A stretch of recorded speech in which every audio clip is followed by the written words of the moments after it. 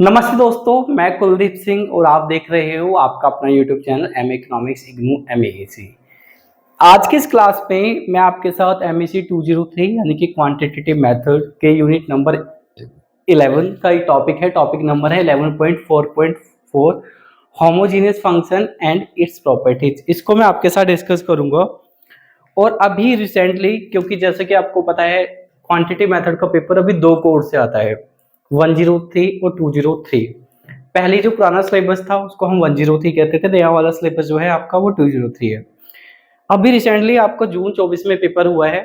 तो 103 का जो पेपर हुआ था उसमें क्वेश्चन नंबर आपका 5th था, उसका ए पार्ट 8 मार्क्स, सॉरी हाँ, और 8 मार्क्स का एक क्वेश्चन था। क्वेश्चन आपकी स्क्रीन पर है, आप देख लीजिए। ये इस टॉपिक से आया भी है ना। अभी 103 में आया है, ऐसा नहीं है कि 203 में नहीं आ सकता है। टॉपिक जो कॉमन है वो दोनों पेपर में आ सकते हैं। तो चलिए करते हैं स्टार्ट।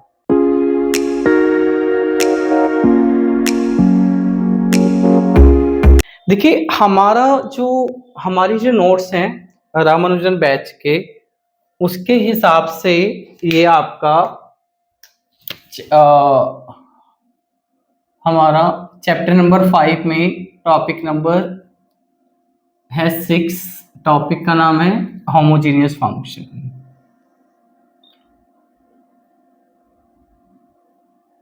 ठीक है, होमोजेनियस फंक्शन आपकी क्वांटिटेटिव मेथड और माइक्रो इकोनॉमिक्स दोनों के पॉइंट ऑफ व्यू से बहुत इंपॉर्टेंट है। और ये टॉपिक दोनों ही जगह यानी कि दोनों ही क्वेश्चन पेपर में आता है। इस टॉपिक के अंदर बेसिकली हम लोगों को दो चीज पढ़नी है या दो चीजें हमें सीखनी है। पहली चीज जो हमें सीखनी है वो है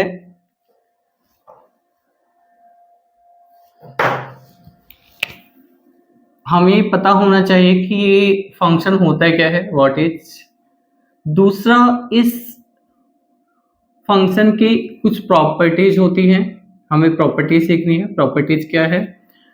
और तीसरी चीज हमें ये समझना है कि इस फंक्शन का इकोनॉमिक्स में यूज क्या है, एप्लीकेशन इन इकोनॉमिक्स। ठीक है, तीन चीजें आज की इस क्लास में हम लोग सीखेंगे। तो इसको एक एग्जाम्पल से समझते हैं। सबसे पहले मान लीजिए हमारे पास एक फंक्शन है, फंक्शन है z, और z आपका x और y का फंक्शन है। तो यहाँ पे आपका जो z है it is dependent variable and x and y are independent variable. ठीक है, मैं यहाँ पर एक एग्जाम्पल लेता हूँ और एग्जाम्पल की हेल्प से समझने की कोशिश करते हैं। मैंने एक एग्जाम्पल लिया है z is equal to x square plus 2xy and plus y square. ठीक है, तो आपका ये जो फंक्शन है, अगेन यहाँ पे z क्या है आपका dependent variable. Is it clear? Yes और नो? ठीक है, और x and y are independent variable. तो हमारा सबसे पहला काम क्या होता है, हमारे पास बहुत तरह के फंक्शन होते हैं, जैसे कि आपको पता है there are so many kinds of function. तो अगर आपके पास एक फंक्शन है, सबसे पहले आपको ये आइडेंटिफिकेशन पता होनी चाहिए, ये बात समझना आपको आना चाहिए कि आप ये बात चेक कर पाओ कि फंक्शन होमोजेनियस है या फिर ये फंक्शन होमोजेनियस नहीं है। Is it clear? सबसे पहले हमें ये पहचानना आना चाहिए कि जो फंक्शन आपके सामने है वो फंक्शन होमोजेनियस है या फिर होमोजेनियस नहीं है। तो उसका तरीका क्या होता है? उसका तरीका ये होता है कि अगर x और y जो कि आपके इंडिपेंडेंट वेरिएबल है ना, आपके जो इंडिपेंडेंट वेरिएबल्स हैं आप उसमें किसी एक कांस्टेंट और नंबर से मल्टीप्लाई कर देते हो, और ये जो कांस्टेंट नंबर है ये पॉजिटिव है। कैसा नंबर है?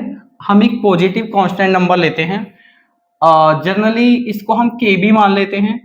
और कई बार हम इसको लैम्डा से भी डिनोट कर देते हैं। ठीक है, तो आपको क्या करना है, आपको करना ये है कि जो भी आपके इंडिपेंडेंट वेरिएबल हैं उन इंडिपेंडेंट वेरिएबल में आपको लैम्डा या के इनमें से कुछ भी एक लेके इसकी मल्टीप्लाई करनी है। और इसके लिए जो भी आपको फंक्शन दिया है ना, आप उसकी राइट हैंड साइड ले लेना। तो जैसे मैंने राइट हैंड साइड ले ली और राइट हैंड साइड में मैं x में लैम्डा से मल्टीप्लाई कर रहा हूं, सिमिलरली यहां पे भी, ठीक है, और y में भी मैं लैम्डा से मल्टीप्लाई कर रहा हूं। तो जहां भी इंडिपेंडेंट वेरिएबल थे राइट हैंड साइड में, वहां मैंने लैम्डा से मल्टीप्लाई कर दी। क्लियर है? अब हम जब यहाँ पे लैम्डा से मल्टीप्लाई करते हैं तो ये स्क्वायर पूरे ब्रैकेट के ऊपर है, तो ये स्क्वायर लैम्डा के ऊपर भी आएगा और x के ऊपर भी आएगा, प्लस यहाँ पे आप लैम्डा और लैम्डा की मल्टीप्लाई कर लोगे तो 2 lambda square x and y। Similarly यहाँ पे ये स्क्वायर लैम्डा के ऊपर भी आएगा और ये y के ऊपर भी आएगा। अब आप यहाँ पे लैम्डा स्क्वायर कॉमन निकाल सकते हो, तो आपके पास आया एक्स स्क्वायर और आपके पास आया, ये तो कॉमन आ गया, आपके पास बचा 2xy और यहाँ से बचा y स्क्वायर। तो ये लैम्डा स्क्वायर। अब ब्रैकेट में आपके पास ये जो वैल्यू है, इस वैल्यू को ध्यान से देखिए, तो ये वही फंक्शन है जो आपको क्वेश्चन में दिया हुआ था। ठीक है, यानी कि ये क्या है, इट इज जेड। यहां तक आपको बात समझ में आई? यहां तक मैं आपको ये समझाना चाह रहा था कि हम कैसे पहचानेंगे कि कोई फंक्शन होमोजेनियस है या फिर होमोजेनियस नहीं है। तो पहचानने का तरीका ये होता है कि जो भी आपके पास फंक्शन है उसकी राइट हैंड साइड लेनी है और राइट हैंड साइड में आपको एक कांस्टेंट जो कि एक पॉजिटिव नंबर होना चाहिए, जिसको हम के या लैम्डा से जनरली डिनोट करते हैं, उससे आप इंडिपेंडेंट वेरिएबल में मल्टीप्लाई करो। मल्टीप्लाई करने के बाद आप देखोगे तो आपके पास एक लैम्डा कॉमन आएगा, जैसे यहाँ पर लैम्डा स्क्वायर आया। अब ब्रैकेट के अंदर जो वैल्यू बचेगी वो वही वैल्यू होगी जो फंक्शन आपको दिया था। तो अगर इस तरह की सिचुएशन कभी आपको देखने को मिलती है तो ऐसे फंक्शन को हम होमोजीनियस फंक्शन कहते हैं। अगर ऐसा नहीं होता है तो उस फंक्शन को होमोजीनियस नहीं कहते हैं। जैसे मैं अभी एक एग्जांपल और लेता हूं, ठीक है, example number 1 and example number 2। Actually होता क्या है, देखिए दो तरह के क्वेश्चंस आते हैं। एक आपका थ्योरी का क्वेश्चन आ जाता है, एक आपका न्यूमेरिकल क्वेश्चन आता है। तो थ्योरी के क्वेश्चन में उसकी डेफिनेशन, उसकी प्रॉपर्टीज पूछी जाती हैं। अगर न्यूमेरिकल क्वेश्चन आता है, क्योंकि होमोजेनियस प्रोडक्शन फंक्शन का इकोनॉमिक्स में बहुत जगह यूज होता है, बहुत जगह हम इसको अप्लाई करते हैं, और जब हम इकोनॉमिक्स में अप्लाई करते हैं तो वहां कहीं लिखा नहीं होता ये होमोजेनियस फंक्शन है। हमें पहले इसको आइडेंटिफाई करना होता है। जब हम इसको आइडेंटिफाई कर पाते हैं तभी आगे की चीजें हो पाती है। तो सबसे इंपॉर्टेंट चीज है कि आप इसको आइडेंटिफाई कर पाओ। अभी मैं यहाँ पे एक दूसरा एग्जांपल लेता हूँ। फॉर एग्जांपल अब की मैं मान लेता हूँ इसको Z1, ठीक है, या Z की जगह मान लीजिए मैंने माना इसको फॉर एग्जांपल Q मान लेते हैं, है ना। फंक्शन लिया x square plus x plus y square. यहाँ पे भी हम सेम काम करते हैं, राइट हैंड साइड मैंने ली और मैंने यहाँ पे लैम्डा से मल्टीप्लाई करी जो भी हमारे इंडिपेंडेंट वेरिएबल है, ठीक, ये 2 है। तो अगेन ये हो गया आपके पास लैम्डा स्क्वायर एक्स स्क्वायर, ये हो गया है आपके पास लैम्डा एक्स और ये लैम्डा स्क्वायर और ये वाई स्क्वायर। अभी यहाँ से कॉमन क्या आ रहा है, देखिए यह लैम्डा स्क्वायर है बट यहाँ लैम्डा है और यहाँ लैम्डा स्क्वायर है, तो लैम्डा स्क्वायर तो कॉमन नहीं आ सकता, लैम्डा कॉमन आएगा। तो लैम्डा कॉमन लेंगे, यहाँ पे लैम्डा बचा, एक्स स्क्वायर बचा, यहाँ से लैम्डा कॉमन आया, एक्स बचा, यहाँ से लैम्डा कॉमन आया, वाई बचा। अब यहाँ पे आप देखोगे ब्रैकेट में, तो ब्रैकेट में हमें वो वैल्यू नहीं मिली है जो कि क्वेश्चन में दी हुई थी। Is it clear? तो ये फंक्शन हमारा कैसा है? Yes, it is homogeneous. और ये हमारा नॉन होमोजीनियस। ठीक है, क्योंकि इसमें ब्रैकेट में हमें वही वैल्यू मिल गई थी जो कि स्टार्टिंग में दी थी, और इसमें हमें ब्रैकेट में वो वैल्यू नहीं मिली है जो वैल्यू हमें स्टार्टिंग में दी हुई थी। आई थिंक अभी आपको ये बात समझ में आ गई होगी कि अगर आपके पास कोई एक प्रोडक्शन फंक्शन कोई भी फंक्शन है तो आप उसको कैसे आइडेंटिफाई करोगे कि होमोजेनियस है या फिर नहीं है ना। ठीक है, अब इकोनॉमिक्स में इसका बहुत ज्यादा बहुत ज्यादा यूज होता है। मैं अभी आपके साथ कुछ एग्जांपल डिस्कस करता हूं, उससे आप ये समझ पाओगे कि इकोनॉमिक्स में इसका क्या यूज है ना। जैसे मान लीजिए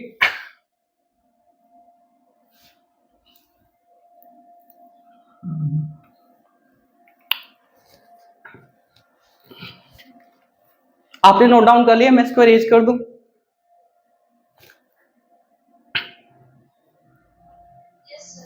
ठीक है,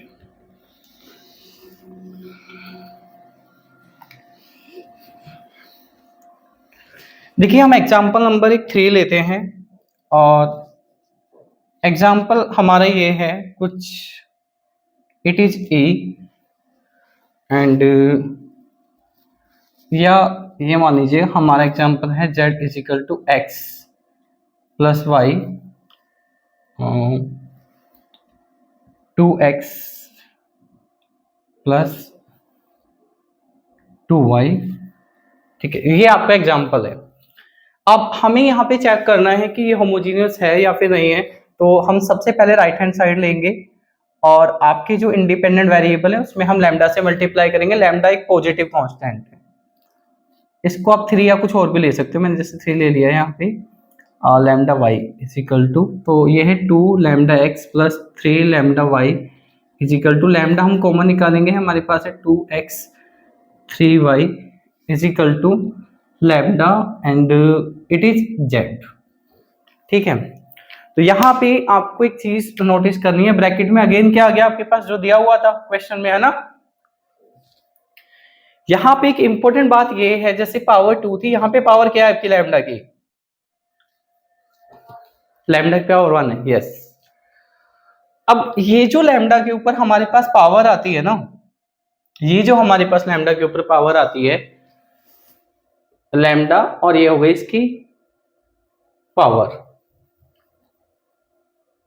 ठीक है, तो लैम्डा की जो पावर होती है इसको हम लोग बोलते हैं डिग्री ऑफ होमोजेनिटी।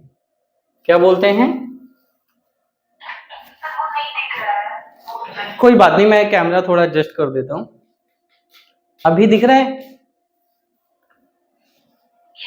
ठीक है, तो लैम्डा के ऊपर पहली चीज तो ये कि हमारा फंक्शन होमोजेनियस होना चाहिए। अगर होमोजेनियस होगा तो लैम्डा के ऊपर कुछ ना कुछ पावर आएगी। अब जो पावर हमारे पास आई है, इस पावर को क्या बोलते हैं हम लोग? डिग्री ऑफ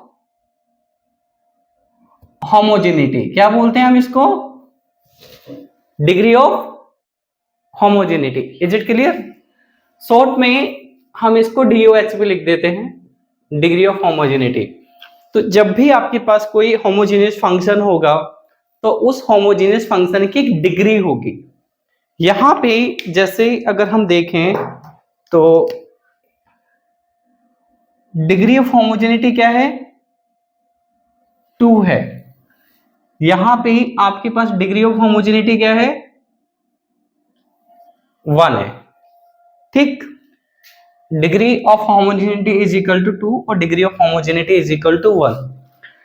अगर आपके पास डिग्री ऑफ होमोजेनिटी 1 आ जाती है तो ये फंक्शन आपका होमोजेनियस तो है ही। ऐसे फंक्शन को हम लोग बोलते हैं linear homogeneous. What? Linear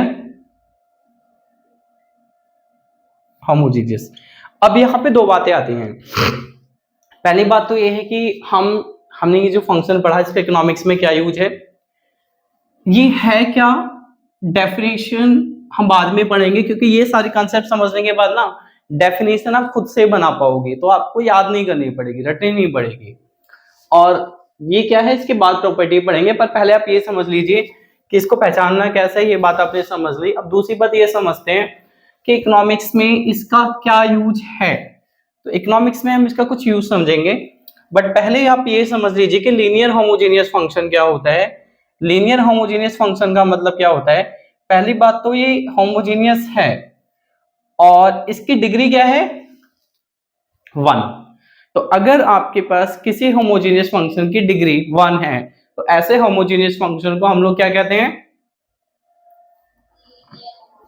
yes, linear homogeneous. आप मुझे 1 मिनट दीजिए, मैं भी आता हूं। ठीक है, चलिए आगे चलते हैं, है ना। अब हम इसका इकोनॉमिक्स में कुछ एग्जाम्पल देखते हैं और समझते हैं कि इकोनॉमिक्स में इसका मतलब क्या है। देखिए, एक बहुत कॉमन हमारे पास प्रोडक्शन फंक्शन होता है, इसे आगे आप डिटेल में पढ़ोगे। ये प्रोडक्शन फंक्शन कुछ इस तरीके से दिखता है, क्यू ए एल की पावर है आपके पास अल्फा और के की पावर है 1 माइनस अल्फा। ये जो प्रोडक्शन फंक्शन है आपका, इस प्रोडक्शन फंक्शन को हम लोग बोलते हैं कॉप डगलस प्रोडक्शन फंक्शन। तो अगर आपको कभी इस तरह का प्रोडक्शन फंक्शन दिखता है तो ऐसे प्रोडक्शन फंक्शन का क्या नाम है, कॉप डगलस प्रोडक्शन फंक्शन। ठीक है, अब मैं आपसे कह रहा हूं कि ये फंक्शन होमोजीनियस है, तो पहले तो ये चेक करते हैं कि होमोजीनियस है या फिर नहीं है, फिर आगे की बातें देखेंगे। इसको मैं रेज कर दूं, यस सर। ठीक है, आरती यहां तक समझ में आ रहा है आपको, दीक्षा आपको, ठीक है, प्रियंका आपको भी समझ में आ रहा होगा ना। तो अभी जैसे मैं यहाँ पे राइट हैंड साइड लेता हूं, अब यहाँ पे पहले तो आप ये समझ लो कि वेरिएबल क्या है। क्यू आपका डिपेंडेंट वेरिएबल है, ये आउटपुट है जैसे कि हम पहले भी पढ़ चुके हैं, और आपका एल और आपका जो के है ये इनपुट्स हैं और ये इंडिपेंडेंट वेरिएबल है। तो सबसे पहला काम तो ये होता है, ए और अल्फा यहाँ पे कांस्टेंट है, तो हमें ये पता चल गया इंडिपेंडेंट वेरिएबल क्या है, लेबर और कैपिटल एल और के। हम अब यहाँ पे राइट हैंड साइड में लेबर और कैपिटल में लैम्डा से मल्टीप्लाई कर लेते हैं, alpha and it is a के लैम्डा 1 माइनस अल्फा। दिख रहा है ना आप लोगों को, स्क्रीन पे आ रहा है कैमरे में, ठीक है। अब ए आपके पास ऐसी रहेगा, ये जो पावर है ये दोनों के ऊपर आएगी, ठीक है। सिमिलरली ये पावर भी आपके दोनों के ऊपर ही आएगी, ठीक है। हम लैम्डा और लैम्डा की मल्टीप्लाई कर लेते हैं, तो जैसा आपको पता है पावर ऐड हो जाती है, और ये आपके पास ए ऐसे रहेगा और अल्फा भी ऐसी, लेबर भी ऐसी रहेगी, कैपिटल भी आपके पास। अब ये दोनों कैंसिल हो गए, आपके पास पावर बची 1। तो आपको एक बात समझनी है, अगर इस तरह का आपको कभी कॉप डगलस प्रोडक्शन फंक्शन मिलता है तो हमारा ये जो कॉप डगलस प्रोडक्शन फंक्शन है ये कैसा है, इट इज लीनियर, यस, ठीक है। देखो, अगर आप ना, जैसे अभी हम आगे कॉप डगलस प्रोडक्शन फंक्शन को पढ़ेंगे, आपने इलास्टिसिटी ऑफ सब्स्टिट्यूशन भी पढ़ी है, उसके फॉर्मूले भी पढ़े हैं। तो लीनियर होमोजेनियस फंक्शन के लिए उसका फॉर्मूला अलग होता है। अब अगर आपके पास एक प्रोडक्शन फंक्शन है और आप ये ही आइडेंटिफाई नहीं कर पा रहे हो कि लीनियर होमोजेनियस है या नहीं है, तो हम फॉर्मूले को सिलेक्ट नहीं कर पाएंगे। क्योंकि आपने देखा होगा जब हमने इलास्टिसिटी ऑफ सब्स्टिट्यूशन पढ़ा था लास्ट क्लास में, तो लीनियर होमोजेनियस के लिए फॉर्मूला क्या था, अलग था, है ना। तो आई थिंक अभी आप ये तो समझ ही गए होंगे कि आपको कोई भी फंक्शन दिया है तो आप उसको कैसे चेक करोगे वो होमोजेनियस है या फिर नहीं है, और उसकी डिग्री भी आप कैसे चेक करोगे। अब इसका थ्योरेटिकल मतलब समझते हैं, हमारी लाइफ में, रियल लाइफ में इसका क्या मतलब है। तो मैं यहां से रेज कर लेता हूं, इस वाले पोर्शन को मैं रेज नहीं कर रहा हूं क्योंकि जब मैं डेफिनेशन समझाऊंगा आपको तो उसमें ये एग्जांपल आपकी हेल्प करेगा डेफिनेशन बनाने में, है ना। देखिए, माइक्रो इकोनॉमिक्स में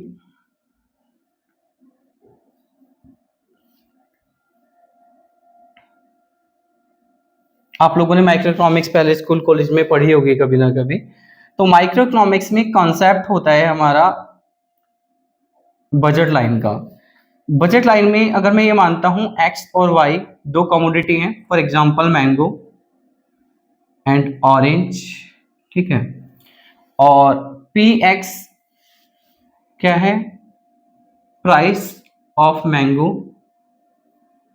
and p y is price of orange, और एम है इनकम ऑफ कंज्यूमर, ठीक है। फॉर एग्जाम्पल हम इसको 50 मान लेते हैं, 100 मान लेते हैं, और ऑरेंज की प्राइस को 80 मान लेते हैं। कंज्यूमर की पर डे इनकम को मैं 1000 मान लेता हूँ, पर डे इनकम है ये, ठीक है।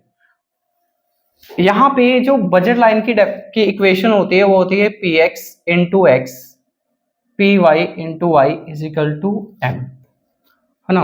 अब जो प्राइस है फॉर एग्जाम्पल वो है 100, एक्स पी वाई ये है आपका 80, वाई इज इक्वल टू हो गया आपके पास 1000। तो ये आपके पास एक बजट लाइन है। यहाँ पे ये बजट लाइन आपकी लीनियर होमोजीनियस है। कैसी है? लीनियर होमोजीनियस है। यहाँ पे एक्स और वाई आपके पास दो कमोडिटी हैं, इंडिपेंडेंट वेरिएबल है, ठीक है। अगर इस यहाँ पे भी इस इक्वेशन की आप लेफ्ट साइड लो, इस इक्वेशन को आप ऐसे भी लिख सकते हो, 1000 हम पहले ले लें और लिख लें 100x प्लस 80y, ठीक है। तो यहाँ पे भी ना अगर आप लैम्डा डालोगे, अगर मैं यहाँ पे लैम्डा और लैम्डा डालूं राइट हैंड साइड में, तो आपका पता चलेगा हमारे पास लैम्डा बाहर आ जाएगा और पावर क्या आएगी? 1 आएगी। क्या आएगी? 1 पावर आएगी। फॉर एग्जाम्पल मैं जैसे यहां से इरेज करता हूं,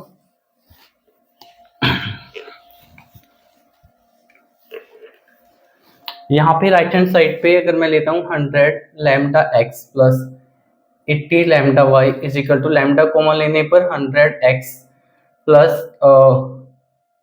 80y, तो ये वही इक्वेशन आ गई है जो हमारे पास पहले थी, और यहाँ लैम्डा की पावर 1 है। तो ये इक्वेशन जो बजट लाइन है वो आपके लीनियर होमोजीनियस है। आप ना जब माइक्रोइकोनॉमिक्स पढ़ोगे तो वहां पे ये प्रॉपर्टी आती है, हम बजट लाइन को एक्सपेंडिचर फंक्शन भी बोल देते हैं। एक्सपेंडिचर फंक्शन लीनियर होमोजीनियस होता है, उसकी प्रॉपर्टी है, वहां पे आप इसको पढ़ोगे। ये सारा का सारा कॉन्सेप्ट होमोजीनियस फंक्शन का, लीनियर होमोजीनियस का माइक्रोइकोनॉमिक्स में अप्लाई होता है, इसीलिए हम इसको यहाँ पर पढ़ भी रहे हैं कि आप यहाँ पे सीख लो, फिर ये सारा का सारा मैथमेटिक्स जो भी आप सीख रहे हो उसको माइक्रोइकोनॉमिक्स और मैक्रोइकोनॉमिक्स में फिर आप इसको अप्लाई करो, है ना। तो अब इसका मतलब क्या है? इसका मतलब समझते हैं। अगर पावर 1 आती है तो इसका मतलब है आपके पास ना एक ऐसी इक्वेशन है, इसमें अगर x का प्राइस और y का प्राइस दोनों डबल हो जाते हैं, इसका मतलब है आप मैंगो का प्राइस और ऑरेंज का प्राइस क्या हो गया? डबल हो गया है ना।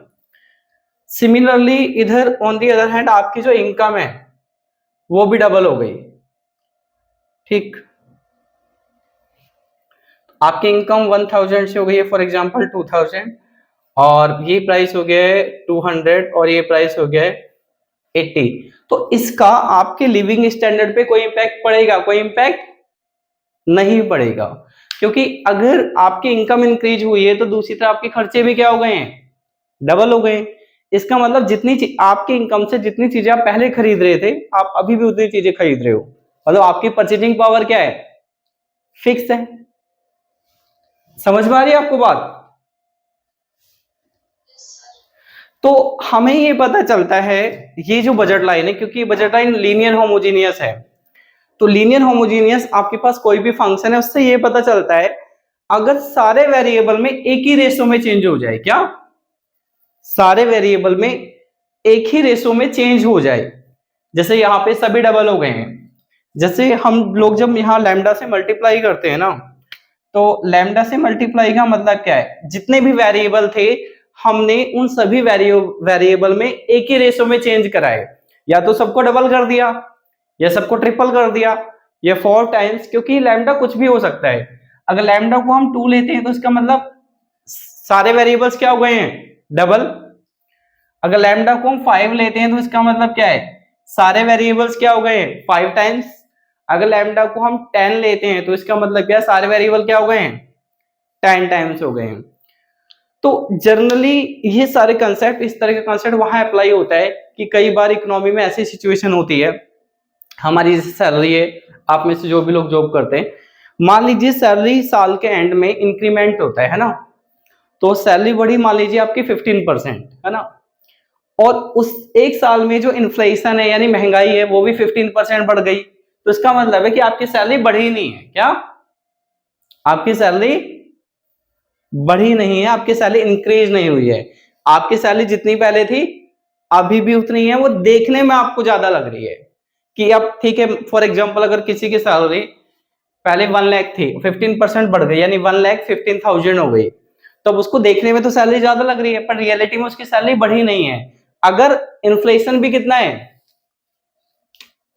15%, तो अगर हम ये मान के चलते हैं साल के एंड में आपके कंपनी ने या ओनर ने आपकी सैलरी को 15% बढ़ाया, और दूसरी तरफ इकोनॉमी के अंदर जो इन्फ्लेशन है वो भी 15% है, तो इसका मतलब क्या है कि आपकी इनकम चेंज नहीं हुई है, वो जहां थी वो वही है ना। सैलरी कब इंक्रीज होती, अगर हम ये मानते हैं कि इन्फ्लेशन है 15% और हमारी इनकम में जो इंक्रीज होता वो होता मोर देन 50%, तो हम क्या कहते हैं, हमारी इनकम इंक्रीज हुई है। अगर इनकम में इंक्रीज होता लेस देन 15%, तो आप कहते हैं कि आपकी सैलरी डिक्रीज हुई है, ठीक है। और अगर इनकम भी 15% इंक्रीज हुई है, इन्फ्लेशन भी, इसका मतलब हमारी सैलरी में कोई भी चेंज नहीं हुआ है, ठीक है। समझ में आ रही है आपको मेरी बात? तो ये मैंने अभी हमने जो एग्जांपल लिया है लीनियर होमोजेनियस के लिए लिया है, तो आई थिंक आपको ये बात समझ में आई होगी कि लीनियर होमोजेनियस फंक्शन को कैसे चेक करना है। और जो आपका कोऑर्डिनेट प्रोडक्शन फंक्शन होता है वो उसका एक एग्जांपल है लीनियर होमोजेनियस का। इसके अलावा माइक्रो इकोनॉमिक्स में हमारी जो बजट लाइन होती है वो भी लीनियर होमोजेनियस फंक्शन की का एक एग्जांपल है। और ये बजट लाइन हमें ये बताती है कि अगर इनकम और प्राइसेस इस एक ही रेशो में इंक्रीज हो जाते हैं तो हमारे लिविंग स्टैंडर्ड पे कोई भी इंपैक्ट नहीं पड़ेगा, ठीक। आगे चलें, ठीक है। तो अब मैंने आपको ये सारी चीजें बता दी हैं, अब हम लोग बात करते हैं डेफिनेशन की कि किस तरीके से आप इसको डिफाइन करो। अब ना आपको डेफिनेशन याद नहीं करनी पड़ेगी, क्योंकि प्रॉब्लम ये होती है जो मैथ की थ्योरी होती है उसको याद रखने में थोड़ी थोड़ी प्रॉब्लम होती है अगर हमारे कंसेप्ट क्लियर नहीं है। बट अभी ना आप अपनी डेफिनेशन को इजीली खुद से बना पाओगे, मतलब आपको याद नहीं करनी पड़ेगी, है ना। देखो ये चीज तो आपको समझ में आ गई होगी। हम यहां पर आते हैं, यहां से आप डेफिनेशन खुद से बना पाओगे रिजल्ट से। पहली बात तो ये है आपके पास जो फंक्शन है वो क्या है, z है, और z किस पे डिपेंड कर रहा है, x पर और y पे, क्लियर है। अब फंक्शन की हम राइट हैंड साइड लेते हैं और राइट हैंड साइड में किससे मल्टीप्लाई करते हैं, x और y दोनों में। और यहां पे हमने जो लैम्डा लिया है वो लैम्डा क्या है, पॉजिटिव कांस्टेंट है, मोर देन 0, है ना। जब आपने ऐसा करा जैसे राइट हैंड साइड में ये करा, तो आप सॉरी राइट हैंड साइड लिया और उसमें लैम्डा से मल्टीप्लाई करा इंडिपेंडेंट वेरिएबल में, तो आपको राइट हैंड साइड पे क्या मिलता है, आपको लैम्डा मिलता है और लैम्डा के ऊपर कुछ पावर मिलती है, क्या मिलती है, पावर, और ब्रैकेट में वही फंक्शन दोबारा आ जाता है। तो जो पावर है यहाँ पे, यानी ये लैम्डा की जो पावर है ना, हम जनरली इसको n से डिनोट करते हैं, किससे डिनोट करते हैं, n से। तो यहां पे अब जो पावर होती है, पावर को हम लोग क्या बोलते हैं, डिग्री ऑफ होमोजेनिटी। जैसे यहाँ पे डिग्री ऑफ होमोजेनिटी आपकी 2 थी, तो यहाँ पे आपकी डिग्री ऑफ होमोजेनिटी क्या हो गई है, n हो गई है, क्या हो गई है, n। तो अगर आपको अब होमोजेनियस फंक्शन की, क्योंकि अगर थ्योरी का क्वेश्चन एग्जाम में आया तो डेफिनेशन और प्रॉपर्टी दोनों ही समझानी पड़ेगी।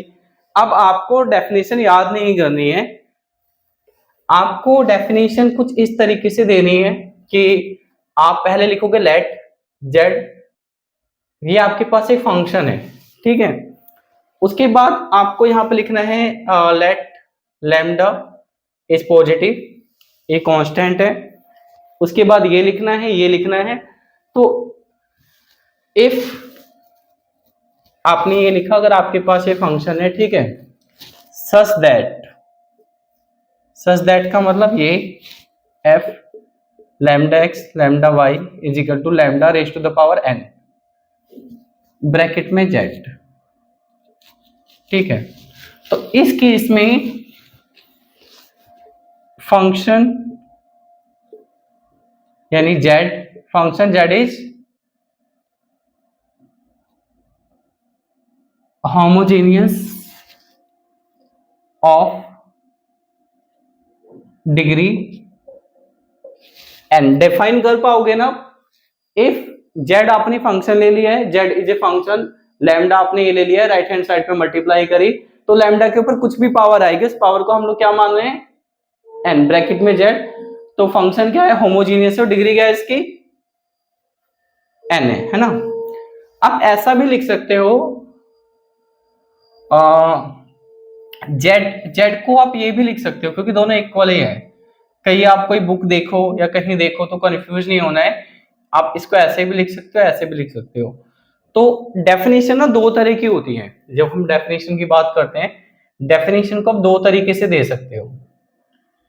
एक तो आप टेक्सचुअल फॉर्म में देख सकते हो, ठीक है, यानी लिख के, और दूसरा आप मैथमेटिकली दे सकते हो। तो अब डिपेंड करेगा कि एग्जाम में कितने मार्क्स का क्वेश्चन आता है। मान लीजिए क्वेश्चन ज्यादा मार्क्स का आ रहा है, तो आप थ्योरी में भी डेफिनेशन दे दो और मैथमेटिकल डेफिनेशन भी दे दो। अगर मान लीजिए कि क्वेश्चन ज्यादा नंबर का नहीं है, तो आप सिर्फ मैथमेटिकली देना, फिर थ्योरेटिकल मत देना, यानी टेक्सचुअल फॉर्म में मत देना, ठीक है। तो आपको ये डेफिनेशन आई थिंक समझ में आ गई होगी, आप नोट्स लिखोगे तो यही डेफिनेशन आपको मिलेगी, ठीक है। तो एक कोई भी फंक्शन जिसमें सिचुएशन अप्लाई होती है, आप उसको होमोजेनियस कहते हो। बात करते हैं थ्योरी में कैसे डिफाइन करना है। तो आप थ्योरी में डिफाइन ऐसे करोगे कि अगर हम किसी भी फंक्शन के सभी इंडिपेंडेंट वेरिएबल में एक पॉजिटिव कांस्टेंट से मल्टीप्लाई कर दें, क्या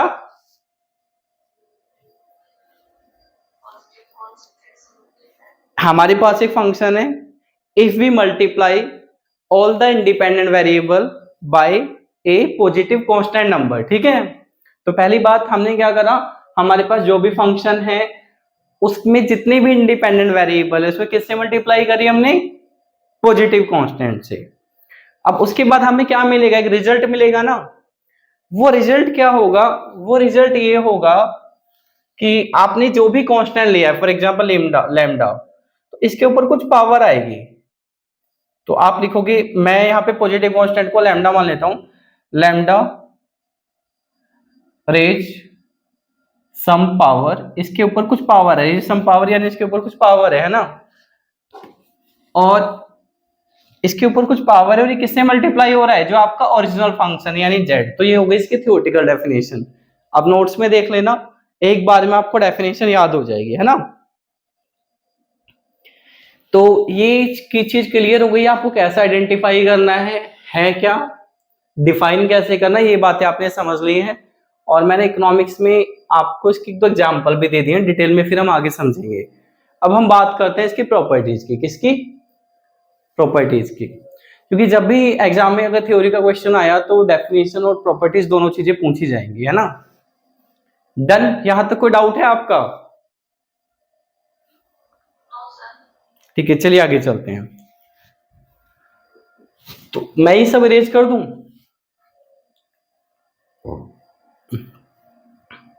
सर एक बार ये बता दीजिए कि इसको क्या बोल रहे थे आप,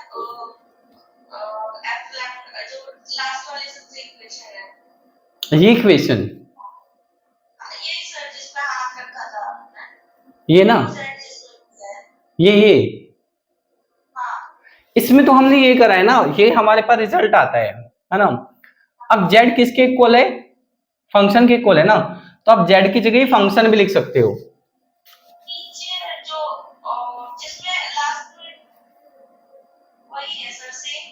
वो सेम ही है वो, हाँ वो थ्योरी में लिख दिया है, लैम्डा रेज सम पावर है ना इनटू जेड। अब मुझे इतना पता चल गया है कि एक बार आप आपके नोट्स खोल लोगे ना तो आपको ये चीज जिंदगी भर भूलोगे नहीं आप। बस एग्जाम से पहले आप आपकी जो नोटबुक है जिसमें आप नोट कर रहे हो इसको रीड कर लेना और एक बार आप नोट्स पे नजर मार लेना।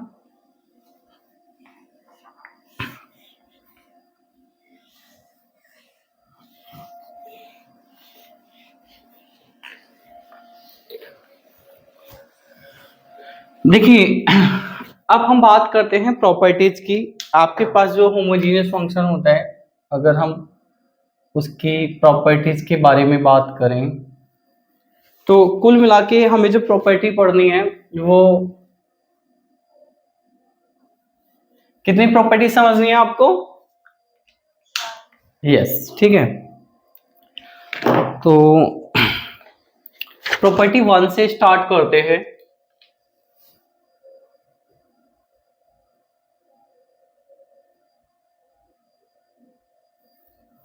प्रॉपर्टी 1। अच्छा, मैं यहाँ पे आपको कंसेप्ट क्लियर कर रहा हूँ, एग्जैक्ट वर्ड टू वर्ड कैसे लिखना है एग्जाम में वो आप नोट्स में देख लेना खुद से, है ना। उसके लिए आप नोट्स पे एक बार रीडिंग कर लेना। आपके पास ये फंक्शन है और मैं आपको ये बता देता हूं, इट इज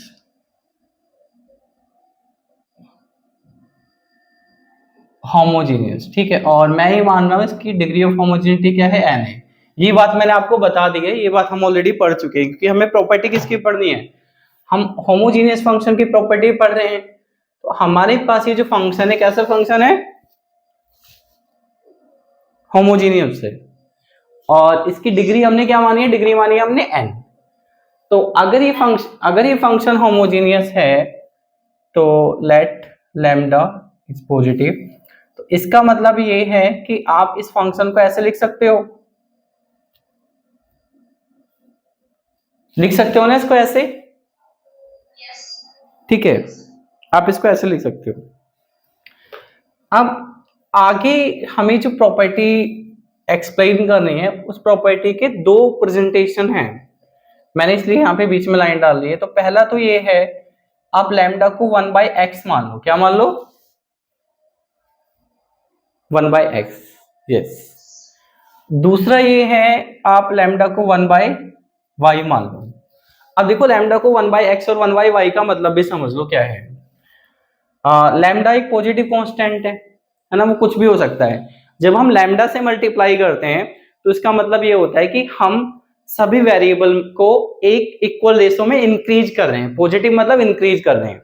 लैम्डा 2 है तो डबल कर रहे हैं, लैम्डा 3 है तो ट्रिपल कर रहे हैं, 5 है तो 5 टाइम्स, 6 है तो 6 टाइम्स, है ना।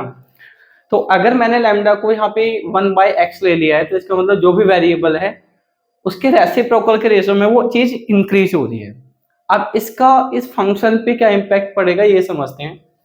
तो पहले ही तो यहाँ पे लैम्डा की जगह आप लिखोगे 1/x इंटू x, ठीक है, और लैम्डा की जगह आपके पास आएगा 1/x into y. Right hand side पे भी आएगा हमारे पास 1/x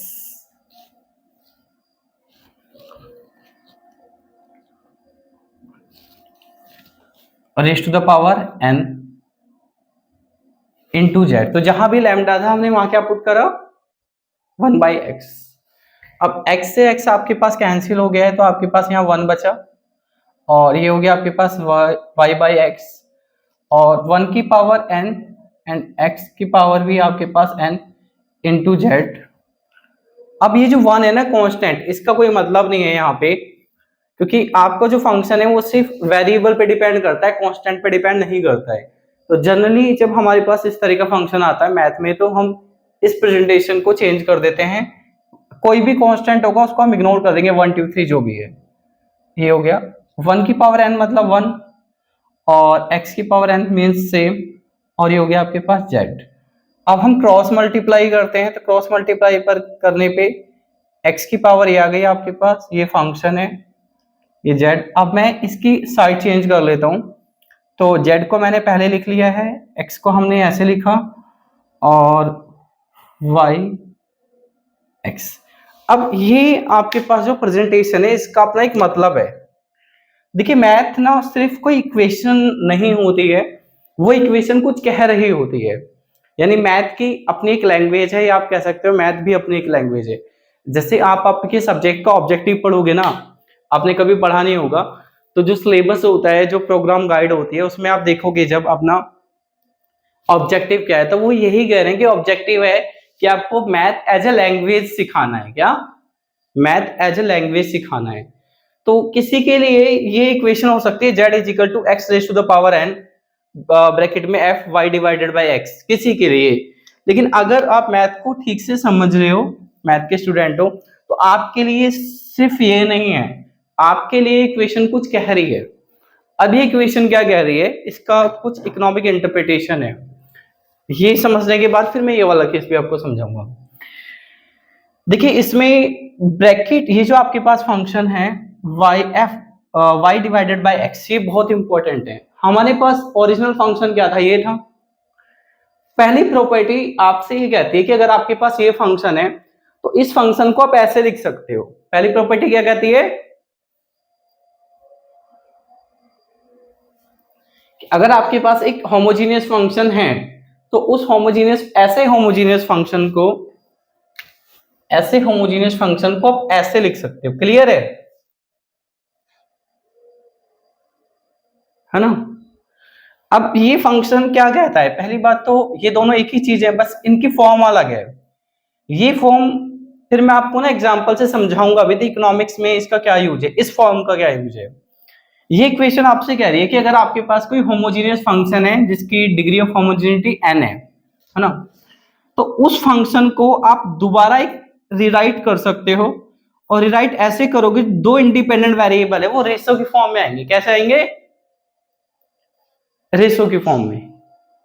ठीक है, जैसे हमारे पास जो प्रोडक्शन फंक्शन होता है कॉब-डगलस प्रोडक्शन फंक्शन, ठीक है, इसमें हम जब मार्जिनल प्रोडक्ट ऑफ लेबर निकालते हैं, अभी मैं निकाल के बता नहीं रहा हूं आपको, मैं जस्ट रिजल्ट बता रहा हूं क्या आता है। तो वो रिजल्ट होता है हमारा 1 मिनट।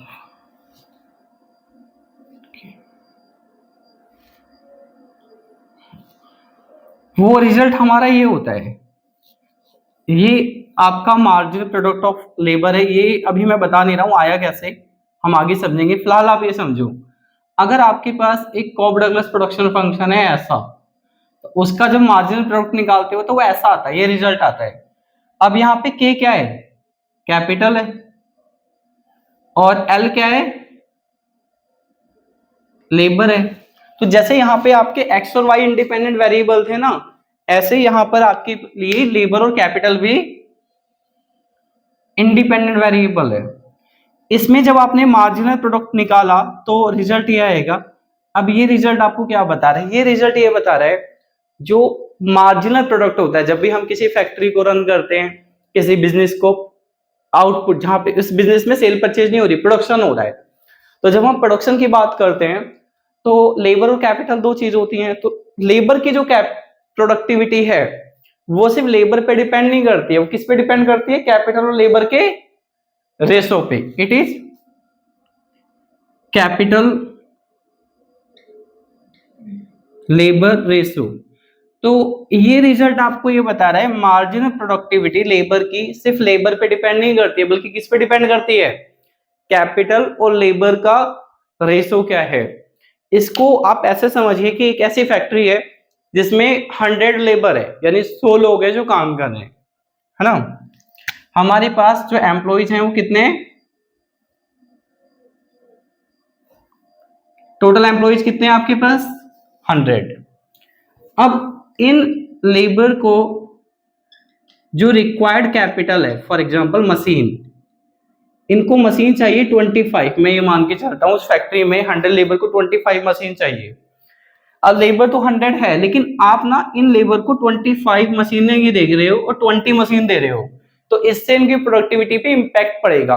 क्योंकि कैपिटल लेबर रेशो जो चाहिए था 25/100 आप वो नहीं दे रहे हो, बल्कि आप इसकी जगह क्या दे रहे हो, 20/100 यानी 1/5 मीन्स 0.2।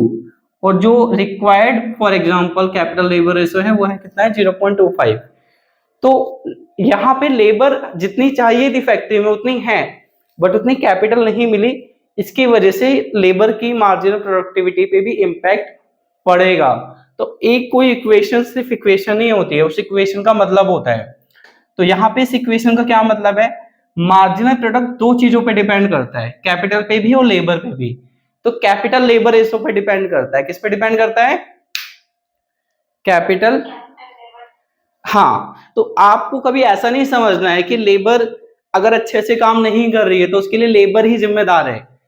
इस ऐसा भी हो सकता है कि लेबर अच्छे से काम कर रही है लेकिन उसको जितनी मशीन चाहिए, जितनी कैपिटल चाहिए वो है ही नहीं, इसकी वजह से उसकी प्रोडक्टिविटी क्या है, कम, जितनी होनी चाहिए उससे, है ना। तो ये इक्वेशन भी आपको ये बता रही है कि अगर आपके पास एक होमोजेनियस फंक्शन है तो इस होमोजेनियस फंक्शन को आप ऐसे लिख सकते हो। ऐसे का मतलब क्या है, इंडिपेंडेंट वेरिएबल के रेशियो की फॉर्म में। जैसे हमने इसको कैसे लिखा है, कैपिटल लेबर रेशियो की फॉर्म में। तो ये क्या है, दो इंडिपेंडेंट वेरिएबल है, इनके रेशियो की फॉर्म में आप इसको लिख सकते हो। Clear.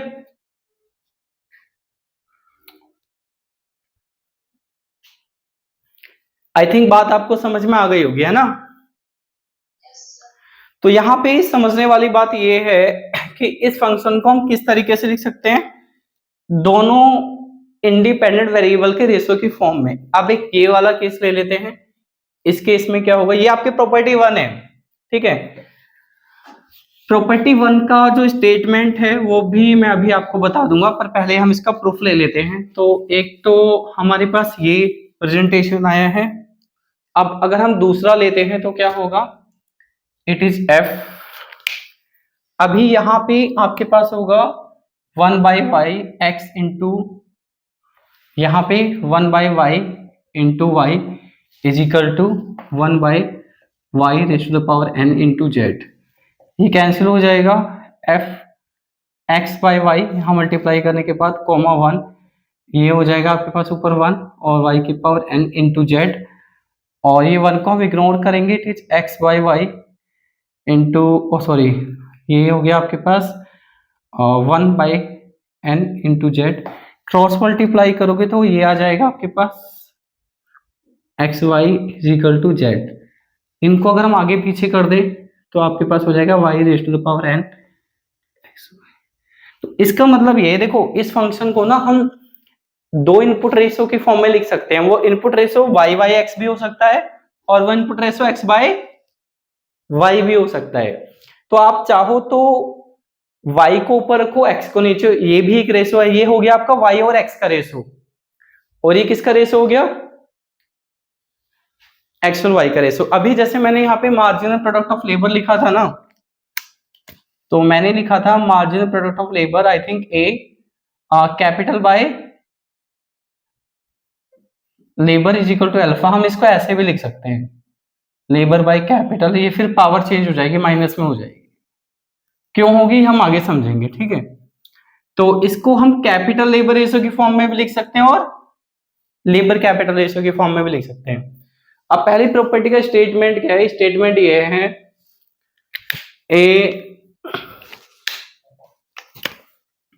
a homogeneous function z is equal to fx can be written as z is equal to x and 5 y by x and z is equal to y and fx। ये property है। तो पहली property का statement, sir कुछ notes गिर गए, ठीक है। पहली प्रॉपर्टी का स्टेटमेंट ये, a homogeneous function can be written as, आप इसे ऐसे भी लिख सकते हो और ऐसे भी लिख सकते हो, ठीक है। तो मैंने आज आपको ये बता दिया है कि होमोजेनियस फंक्शन आप कैसे पहचानोगे, इकोनॉमिक्स के कुछ एग्जांपल दिए, ये भी बताया कि उसकी डेफिनेशन क्या है, और मैंने आपके साथ प्रॉपर्टी 1 का स्टेटमेंट भी दिया और मैंने आपको इस स्टेटमेंट को प्रूफ करके भी दिखाया है। अगर एग्जाम में क्वेश्चन कम मार्क्स का आता है, उसने कहा है कि state the properties, come marks का है स्टेट द प्रॉपर्टीज, यानी आप स्टेटमेंट को लिखे आना बस, इसका प्रूफ मत देना। अगर क्वेश्चन ज्यादा मार्क्स का है तो फिर आप इसका प्रूफ दे सकते हो, ठीक है। अदरवाइज आप सिर्फ स्टेटमेंट लिखे आना। क्लियर? Yes, sir. तो नेक्स्ट क्लास में मिलते हैं। आज की क्लास में हम इतना ही पढ़ेंगे। शुभ रात्रि। Okay, sir. ठीक है, गुड नाइट।